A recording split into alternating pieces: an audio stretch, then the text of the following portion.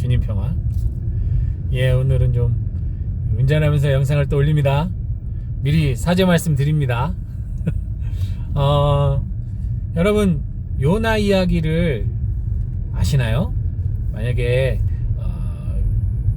교회를 다니는 분이 아니시라면 인터넷을 통해서라도 요나서 해서 한번 읽어보시면 재밌는 이야기가 나옵니다. 요약을 해서 짧게 설명을 드리자면요, 요나라는 예언자가 있었어요. 북이스라엘에서 활동하는 예언자인데요, 이제 요나에게 하느님의 신탁이 떨어집니다. 니네베에 가서 회개하라고, 안 그러면 너희 멸망한다고 얘기를 하라고 해요. 경고하라는 얘기죠. 근데 요나는 싫었어요. 니네베가 어떤 곳이냐면 아시리아의 수도거든요. 엄청 큰 수도예요. 걸어서 사흘을 밤낮을 걸어야 통과할 수 있을 만큼 큰 도시였는데, 이 아시리아는 이스라엘을 침공하고 이스라엘 민족들을 죽인 원수의 나라거든요. 그 원수의 나라 수도에 가서 회개하라고 얘기하라고 하니까 싫은 거예요. 게다가 요나는 오늘 복음 독서 제일 독서에 나온 얘기지만, 하나님은 당신이 원래 자비롭고 원래 또 정이 많으신 분이셔서 어차피 용서할 거잖아. 자기 보내지 않아도 어차피 당신이 용서하실 분임을 알고 있었기 때문에, 그렇기 때문에 가기가 싫었던 거예요. 왜? 내가 원하는 건 저 아시리아가 멸망하기를 바라는데, 우리 원수가 죽기를 바라는 사람에게 가서 구원의 기회를 주라는 말을 한다는 자체가 얼마나 화가 나겠어요. 그러니 가기 싫었죠. 그래서 도망을 칩니다. 배를 타고 밀항을 해요. 그런데 사람들은 몰랐죠. 근데 갑자기 막 폭우가 쏟아지고 풍랑이 일으면서 사람들이 죽게 생긴 거예요. 막 물건을 버리고 해도 안 되니까, 기도를 해도 안 되니까 그들이 점을 봤어요. 그랬더니 있어서는 안 될 사람이 있는 거죠. 배에 누군가가 있는 거예요. 그 사람 때문에 지금 배가 지금 풍랑을 만난 거야. 그때 되니까 요나가 자기라고 말을 합니다. 나 때문이라고. 내가 바다에 던져지면 그럼 잔잔해질 거라고 얘기를 해요. 그 사람들이 이 책임을 우리에게 지지 말아 주십시오 그러면서 이제 요나를 바다에 던집니다. 그 바다 속에 들어간 요나를 큰 물고기가 생켜요. 여기서 중요한 사실이 있어요. 이 큰 물고기가 요나를 생켜서 요나가 물고기 뱃속에서 3일을 있은 뒤에 자기가 이제 니네베에 가서 그 경고하러 가겠다라는 결심을 할 때, 이제 하느님이 물고기로 하여금 요나를 무트로 뱉게 하거든요. 이 물고기가 요나를 삼킨 자체가 엄청난 그 요나에게 고통과 시련일 수도 있어요. 하지만 사실은 요나를 살리려는 행위죠. 물에 빠졌으니까 원래 죽어야 돼요. 물에 빠져서 물 먹고 죽어야 되는데, 그 큰 물고기 뱃속에 들어감으로 인해서 그 안에서 살 수 있었던 거거든요. 에어포켓이 그 안에 있었는지 모르겠지만, 사실은 요나가 하느님에게 주어진 말씀을 실천할 수 있도록 하느님께서 죽음에서 건져주신 거예요, 사실은. 그래서 예수님께서도 그것을 요나가 물고기 뱃속에 사흘에 있었던 것처럼 사람의 아들도 그렇게 사흘간 죽었다 깨어나야 된다라는 말씀을 하신 거죠. 그 비유를 들어서. 어쨌든 요나가 그렇게 구원을 받아요. 무트로 나왔어요. 그래서 갑니다. 니네베에 가요. 아까 말씀드렸죠. 사흘이나 걸어가야 될 엄청나게 큰 도시입니다. 그것을 하루만 걸어가요. 그래서 딱 한 번 아주 굵고 짧게, 니네 회개 안 하면 멸망한다! 그 말 한마디 하고 떠납니다. 진짜 구원받게 하기 쉽지 않았던 거예요, 요나는. 그렇게 말 한마디 하고 떠나요. 임금을 찾아간다거나 유력자를 찾아가서 너네 큰일 난다 이렇게 저렇게 해라 경고하는 것도 없어요. 어떻게 하면 회개하는 건지 방법도 안 알려줬어. 그냥 너네 회개 안 하면 너네 멸망한다, 하느님이 벌 준다, 그리고 가버린 거예요. 그런데 놀라운 일이 일어났죠. 왜냐면 자기들이 지배하는 약소국가 이스라엘에 사람이 한 사람이 와서 그렇게 소리 한번 지르고 떠났기 때문에 솔직히 충분히 원래 원수니까 뭐 악으로 깡으로 뭔들 못 말하겠어요. 니네 날 망해버려라 죽어버려라 얘기할 거 아니에요. 별것도 아닌 것으로 치부할 수 있었지만 그들은 그러지 않았어요. 그게 임금의 귀에까지 들어가자 임금부터 자루옷을 입고 재를 뿌리면서 회개와 단식을 선포합니다. 짐승에게까지 옷을 입혀요. 베옷을. 엄청나게 회개를 해버린 거예요. 그래서 하느님께서 치려던 계획을 멈추시고 멸망시키지 않으셔요. 근데 이제 여기까지 보면 그렇구나 할 수 있겠죠. 여기서부터가 재밌습니다. 요나는 하느님이 자기 생각대로 이들을 용서하고 봐줄지 안 봐줄지를 보기 위해 고을에서 나와서 작은 초막을 짓고 멸망 하나하나 지켜보고 있었어요. 지켜보고 있었는데 아니나 다를까 멸망 안 시키는 거야. 엄청 화나죠. 그게 오늘 독서에 나오는 얘기입니다. 화가 나서 기도를 합니다. 기도인데 화가 났어. 화나는 기도. 난 당신 이럴 줄 알았다. 당신 다 용서하지 않냐. 어차피 용서할 거 왜 나를 보냈냐. 나는 저들이 멸망하길 바라는 거 뻔히 알면서 어떻게 나를 보냈냐. 어차피 용서할 거 그냥 하면 되지. 왜 나에게 고통을 주냐.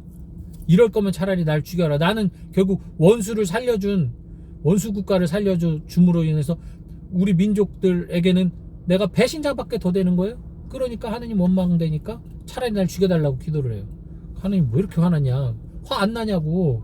그럼 그러면서 이렇게 머물고 있었어요. 그런데 너무 더운 날이에요. 햇볕이 내리쬐고 그러니까 더우니까 더 화가 나. 괴로운데 하느님께서 아주까리를 이렇게 그의 머리 위에 그늘을 들어줍니다. 아주까리가 나게 해서 기분이 좋은 거예요. 또 인간 마음이 그렇잖아요. 이게 금세 일희일비 하시지 않습니까 원래? 아주까리 그늘이 있으니까 더웠는데 시원하니까 좋아.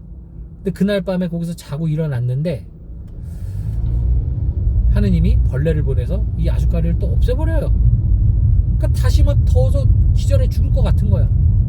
또 하느님께 또 기도를 하죠.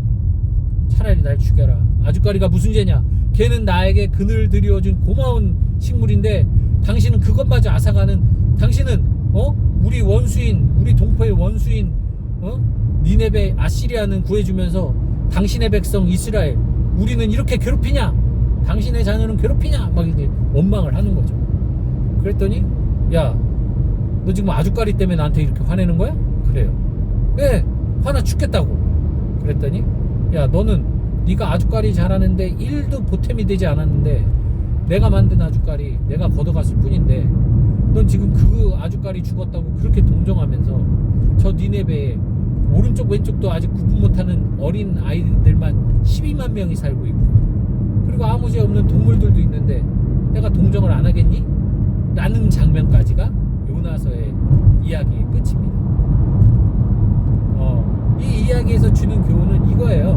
뭐 여러 가지 있을 수 있지만 특별히 오늘 제가 이 교훈이 되게 많이 와닿는데 하느님은 니네베를 용서하려고 하셨던 것일까? 용서하기 위해서 요나를 보낸 것일까? 라는 거예요. 그렇지 않았다고 생각합니다. 니네베에게는 큰 시련을 줬어요.